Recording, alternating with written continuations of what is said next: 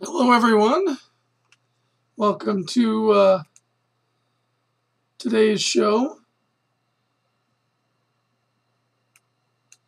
This is number 48 of 100 Days of Making Comics, and today we're going to be doing some lettering stuff.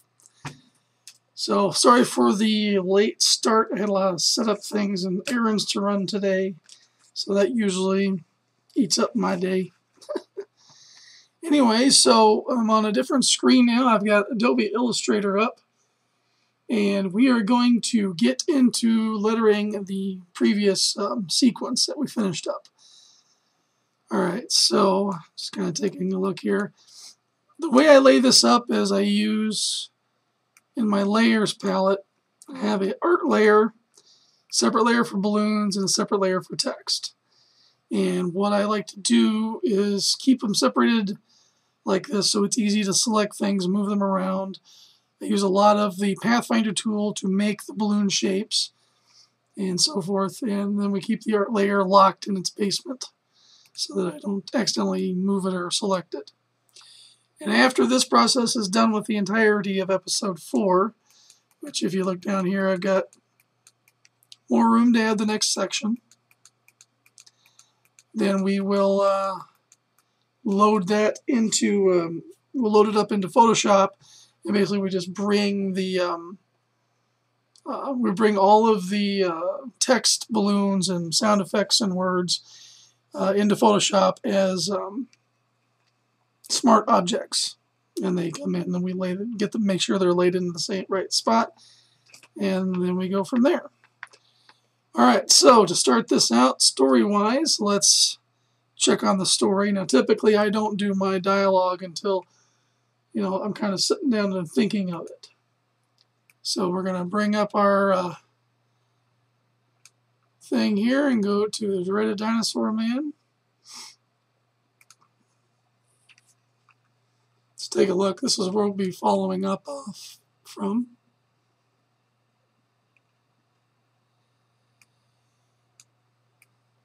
So looking at the story, we're getting an introduction again to the planet, and then there's the crash landing.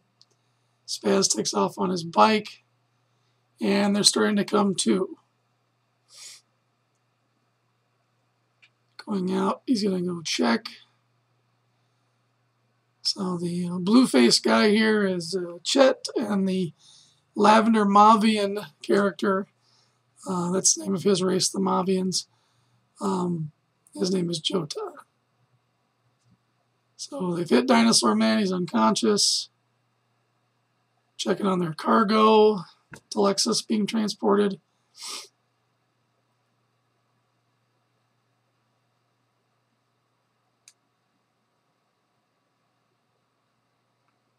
Looking him over.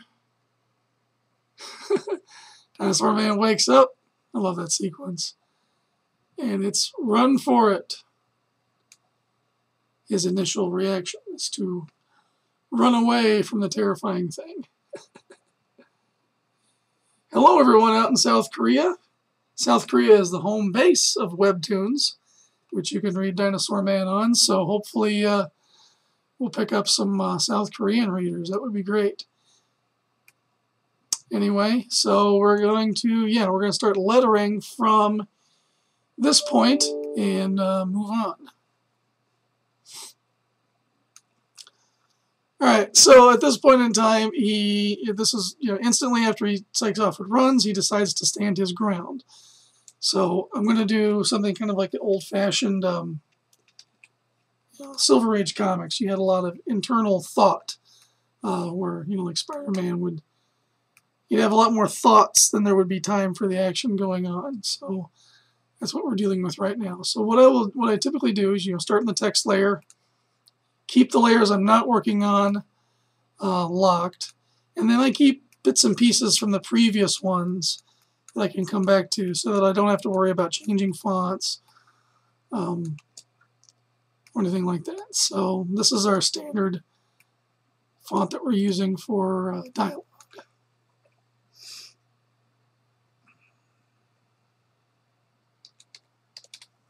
So let's see.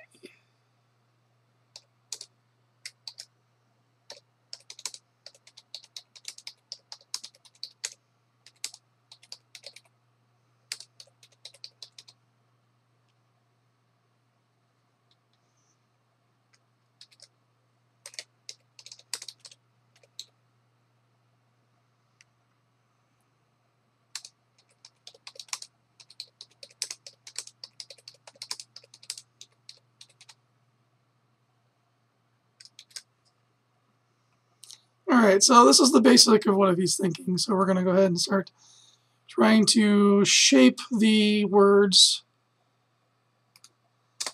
Make sure everything is correct.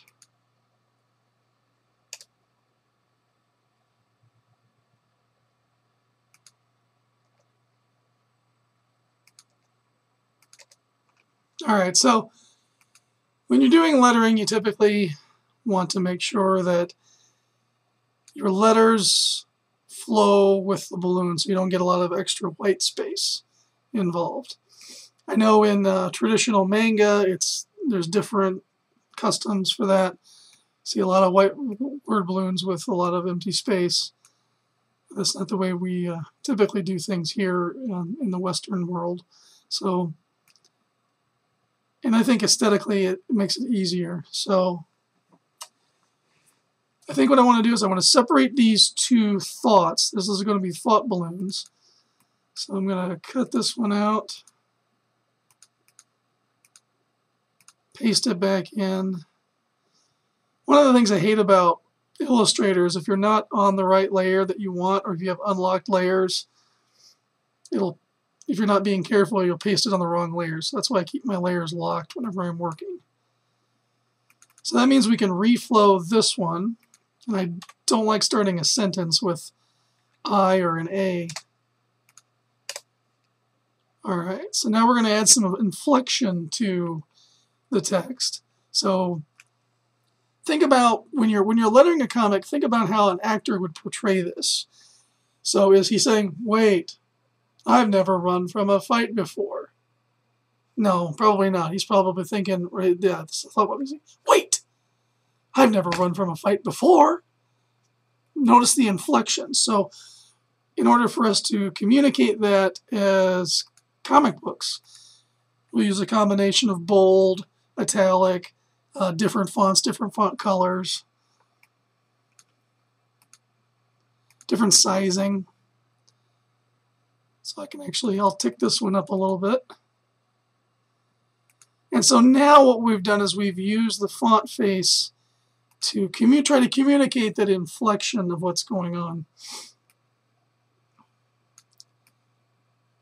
So we'll put that one up here, and then we'll do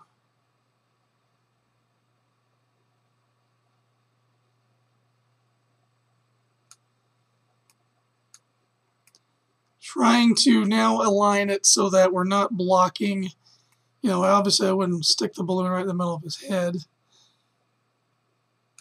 So I think if we do like a 1-2 thought, and then I can have him saying monster, and then that'll carry over into what he's saying here. You know, something of the like, you know, today you shall meet your end, or prepare to face the blades of, yeah, something like that. And then of course his buddy back there is going to get a little bit more thought going into this, and it's telling him to wait, no, don't do it. All right, so yeah, that works. That works good. All right, so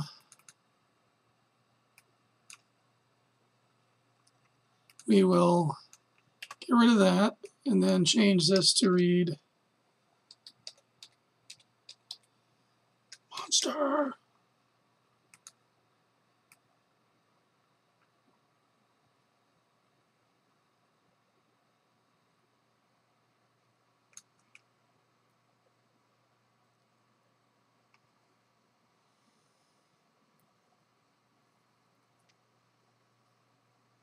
What I don't like is this word is so long, we're getting crowded in here. It would be better if it was something a little bit shorter, and I don't want to go into hyphening. Well, let's finish his other diatribe, and then maybe we can think of a better way of portraying that. I got a question. Is it harder to letter when not working from a script? Probably, but whenever I do my writing, just my style for my own self, I basically write the scene of what's going on. I don't really concentrate too much on the dialogue because I want to get the art done and then kind of let the dialogue take a minimizing background to what's going on in the action. Now, if you're working from an actual script, you're going to get all the dialogue, and you'll get the scenes the way they are being portrayed.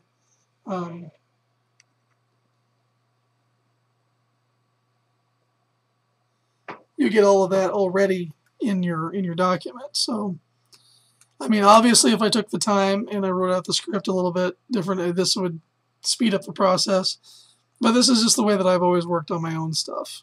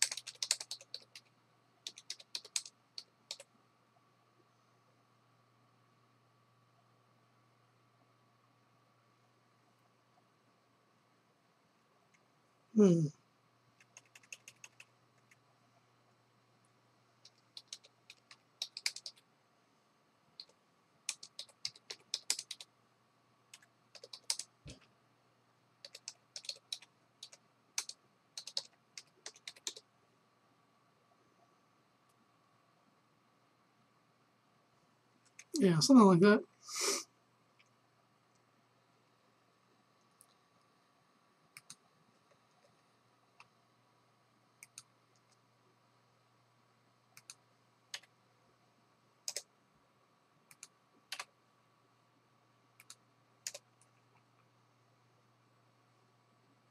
So this is all screaming.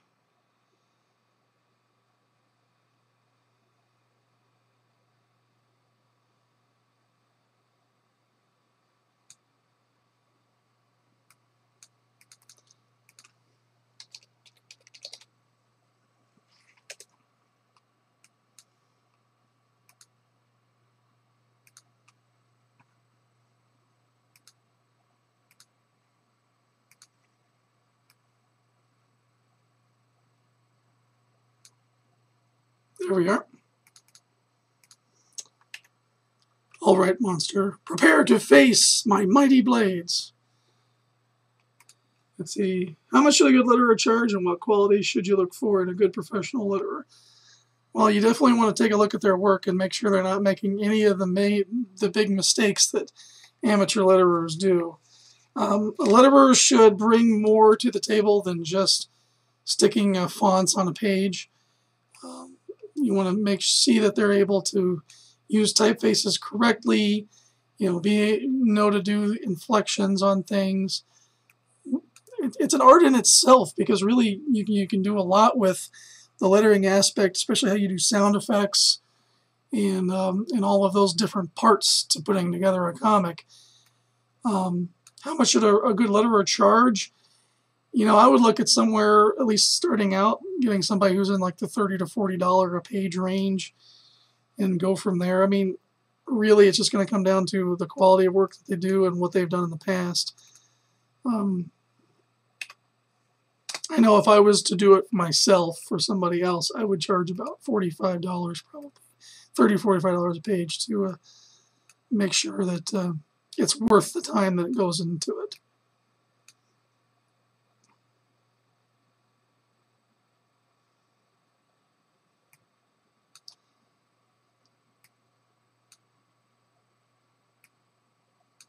I think he needs to be saying something more about himself, a little bit more. So we'll do the mighty blades of Chet.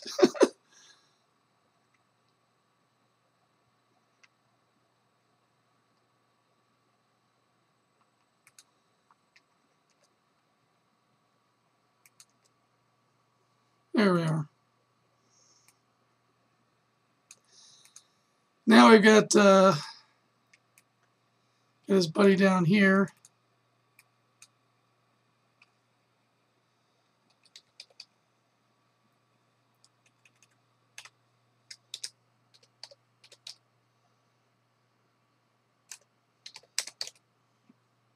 Don't do it.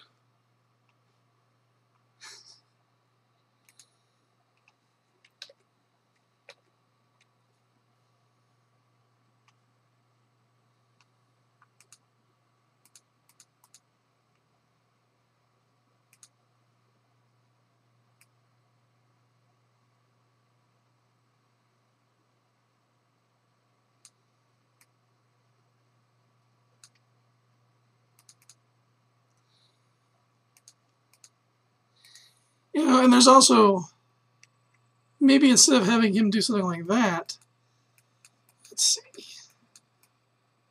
Did I not have it before?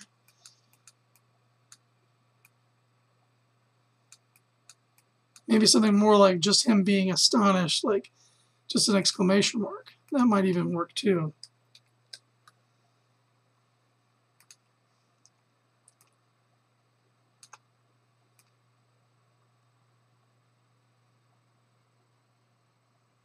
So we'll do something, maybe do something more simple like that. That just communicates the feeling without having to be overly wordy.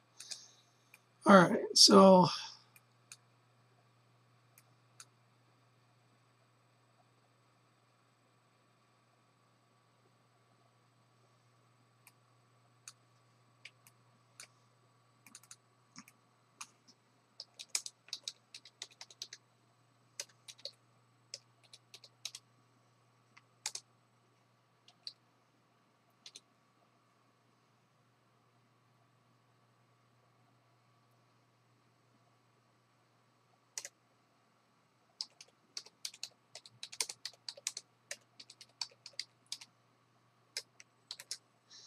there we go. Let's let him wax and wane a little more eloquently here. My blades thirst for the victory of combat. And then we'll just say the mighty Chet. Yeah, that's cool. So he's just like, you know, and then we'll look at some different font ideas for that, I think, too. But so he's just going to be like, exclamating, and then we'll have him waxing a little bit more eloquently. My blades thirst for victory in combat. Prepare to face the mighty Chet. Yeah, that works. I like that a lot. Now I want to inflict on monster. And then we'll use our Alt and up and down arrows to change the distance between the words. And I think I'm going to follow this line here.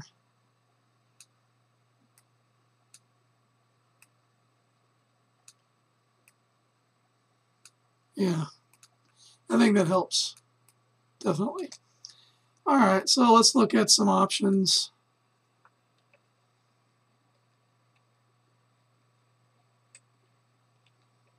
Yeah, probably something a little bit more like that.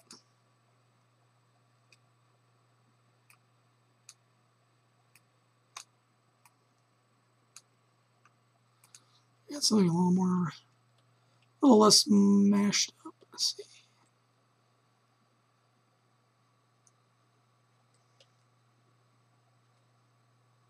Ah, I like that.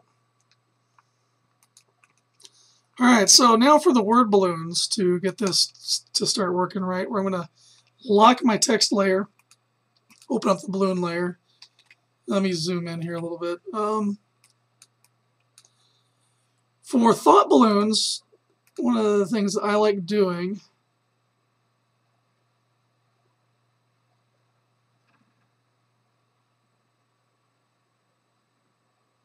is using the pucker and bloat feature in Illustrator for thought balloons and for action balloons. Now, this is not something you have to do, but I like the results I usually get out of it. So that's what I'm going to do with this one. So I'm just adding in some bits and pieces, just kind of clicking around all of it. And then we'll go up to, let's see, where is effect? Distort and transform, pucker and bloat. Click on Preview, and we're going to do the bloat. Now, obviously, you can go too crazy with it.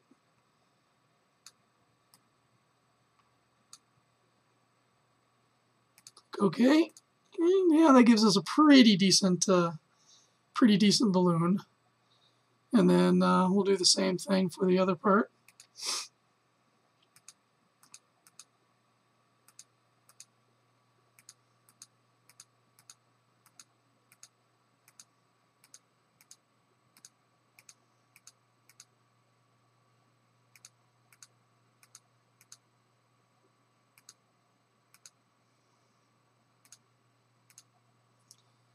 And we're just going to apply the same one twice.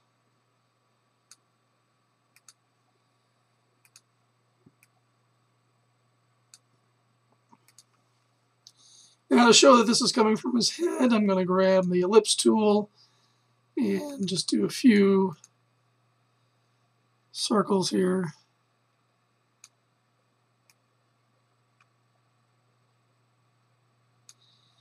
Now, one of the rules that you need to think about when you're doing word balloons is that if it's a balloon tail, make sure that wherever you're putting it in your placement is pointing at the mouth.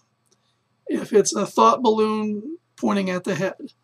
That's another thing to look out for amateur letterers, is if they've got balloon tails pointing at armpits and the like. So I'm going to grab this small one and I'm going to get a duplicate of it and just kind of put it in between here to move these thoughts along. Now I'm going to lock my text. I'm going to grab those. I think I need to do this one at a time. And what we want to do is right now, because I've got this border and we're kind of losing it, I'm going to do something underneath of it. So I want to kind of clean this up, and I believe I need to go to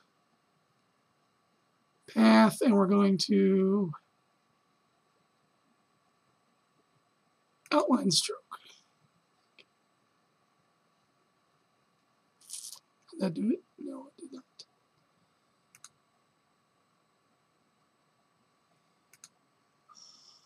Object. Offset.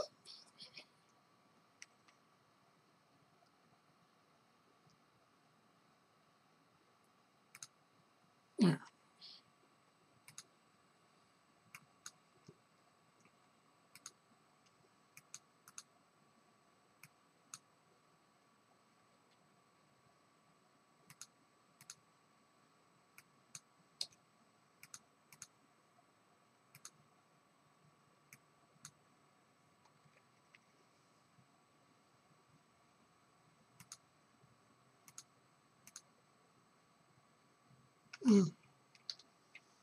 No, that's not necessary.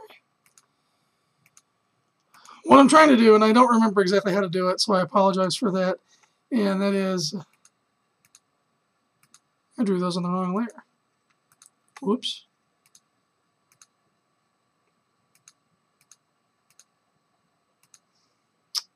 I'll have to refresh my memory some other time because I haven't done a thought balloon in a while. If I were to try to make these all one shape with the Pathfinder tool,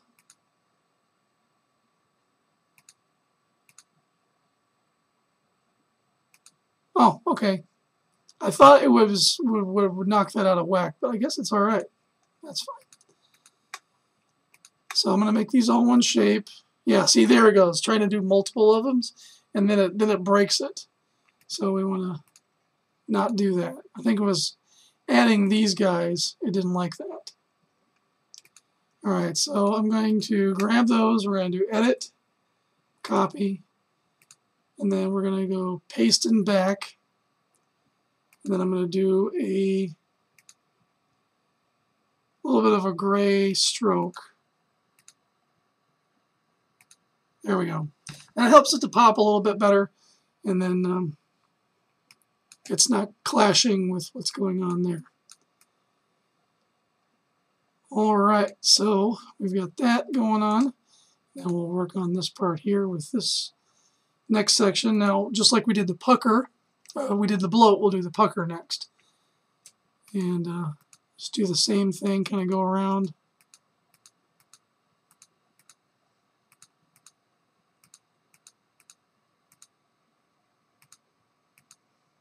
Now we'll go to Effect, Pucker and Bloat, and we'll do the opposite.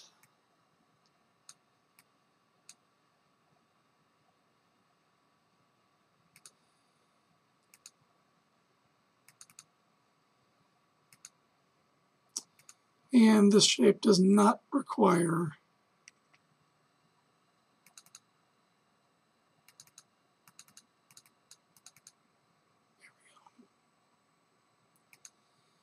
So his mouth is down here, so we're going to point the balloon tail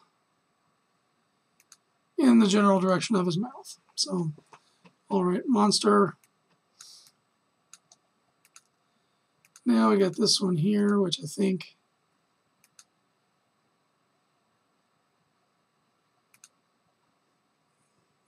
no, I don't want that.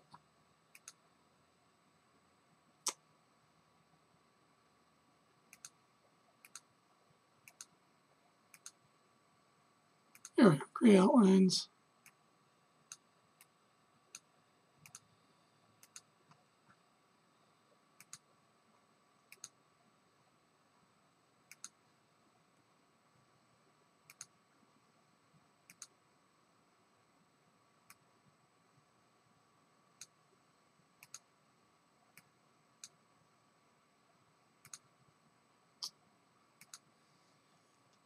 And I'm going to do it so that it looks like the what his exclamating is bursting out of the bubble.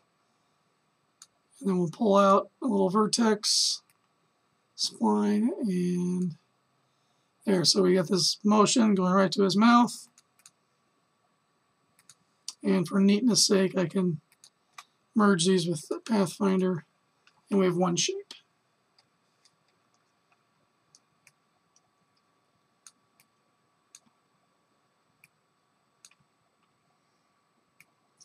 How long have I been drawing? Well, let's see, professionally with the last 15 years, and then just that's all I've ever really done in my entire life. So,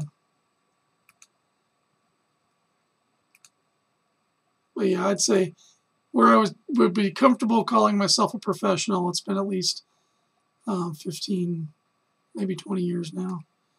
I don't know. I published my first comic book in 2005. So that would be 13 years ago. And then before that, I was in college for this, College for Creative Studies in Detroit, Michigan. Also studying computer animation. Of course, back in those days, computer animation was done with rocks, and we just kind of banged them together. And you ended up with TV shows like Reboot.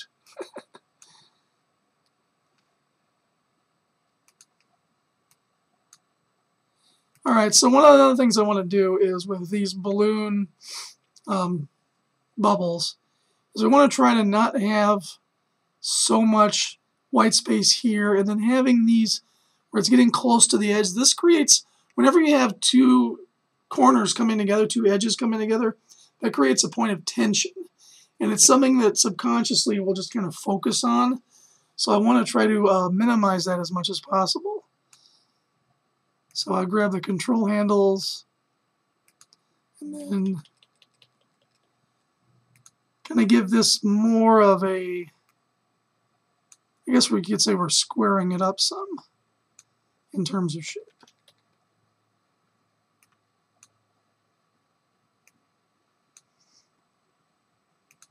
I also don't like that it's covering up his hand, and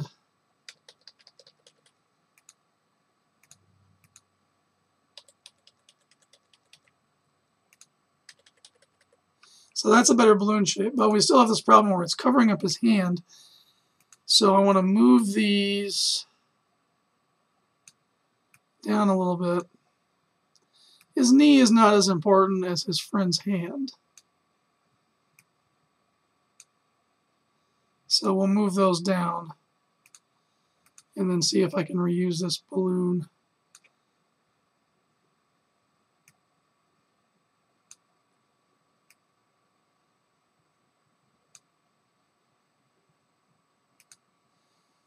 All right, so what we're going to do now is we're going to do a bridge between these two balloons. And what a bridge does is it gives us, it's like a pause in speech. So if I were to say one paragraph and I take a little bit of time without going right into the next paragraph, there's a pause there. So in order to have the reader pause when they're reading something, we can bridge a little bit. We'll do a little bridge between these two balloons.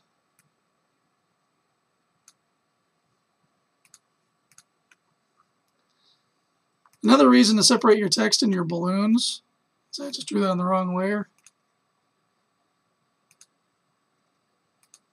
is that anytime you merge objects, they're automatically brought to the front. And so that just gives you extra work having to move those around. So we'll merge those two together, and then we'll put a balloon tail on.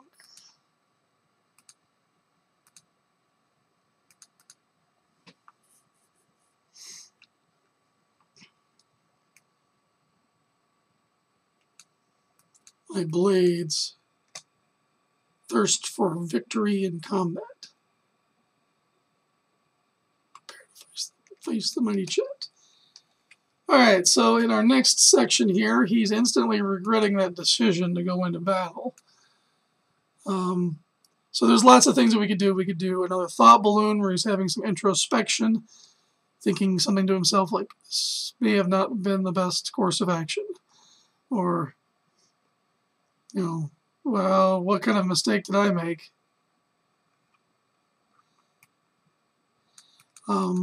This also gives us an opportunity to use our word that I made up for purposes of exclamation. Ah, yeah, there it is. Grudge. That's our swear word for this world.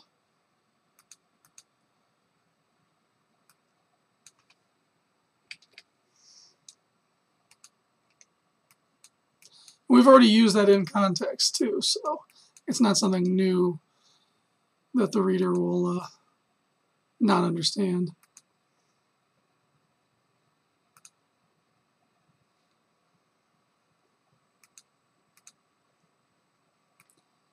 Alright, but we want him to be kind of mousy about it, so we'll do a regular size, kind of bring it down a little bit.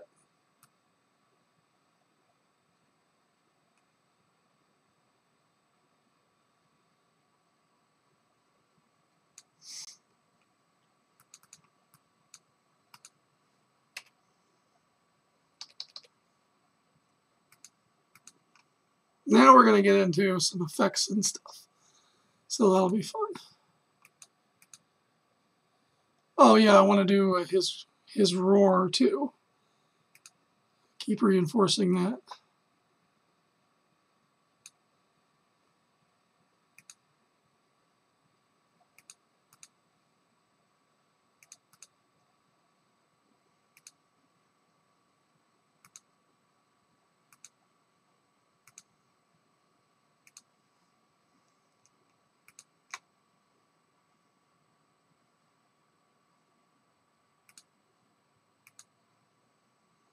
And since we're going against this bright white background and all that, I'm going to go ahead and copy it,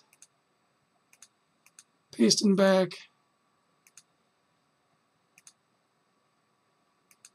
and then do another, just to give it that little extra bit of pop. Alright, so we got his roar down here.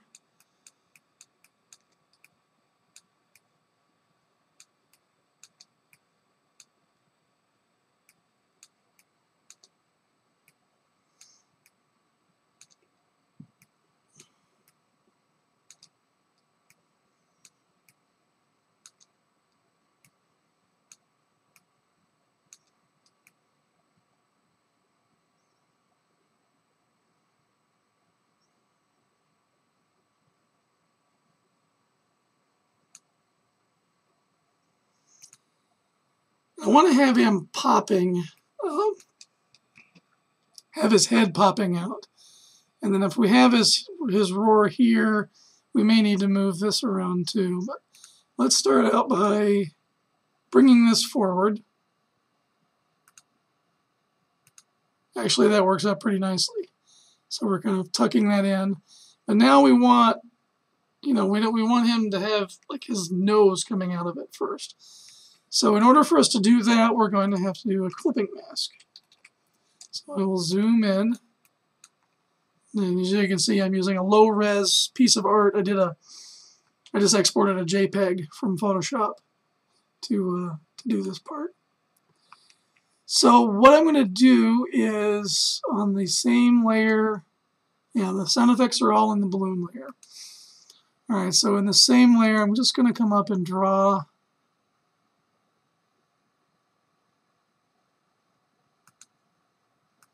a shape that sort of follows the nose. Give myself enough points that I can adjust it in a little bit here. And then I'm just coming all the way around.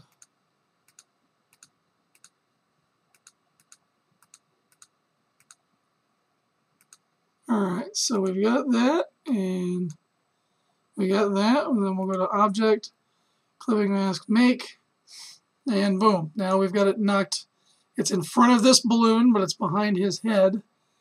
And now we will come in and do some adjustments.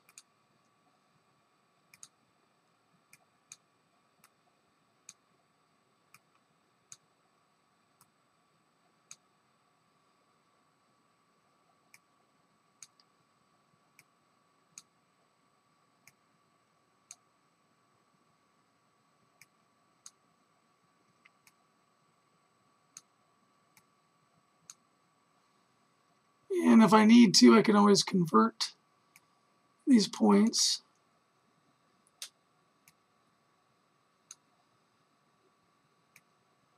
There we go.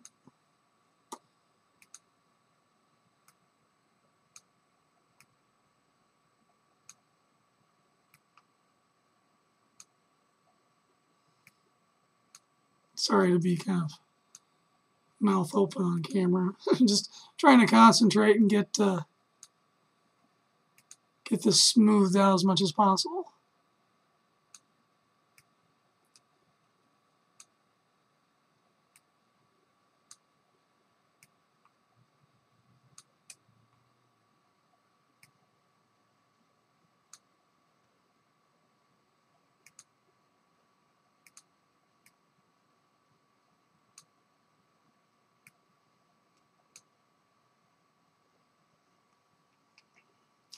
Now I got some snot coming out of his nose, and that's not addressed very well.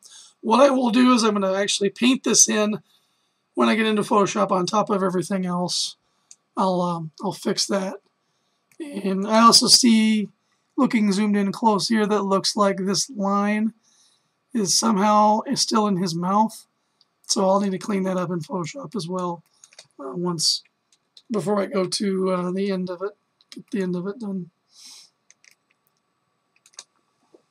Okay, so let's say we're done with this, and kind of want to get this thing moved a little bit and done a little bit better. So double tap and get into the far-reaching depths,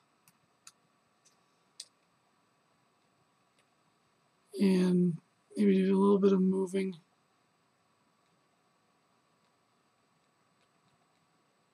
Like that.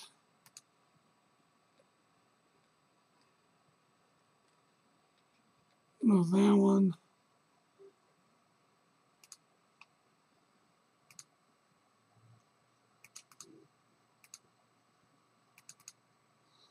Now I can grab this one. Oops. Nope.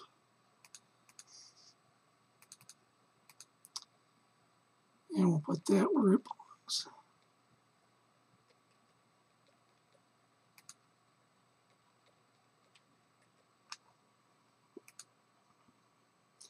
Alright, and the reason I did that is I wanted to just show a little bit more of the shape of the R and the shape of the A's, just so the readability is a little bit better. And then, yeah, we've kind of created a little bit of tension. So I think I can probably safely just move this up as a collective unit.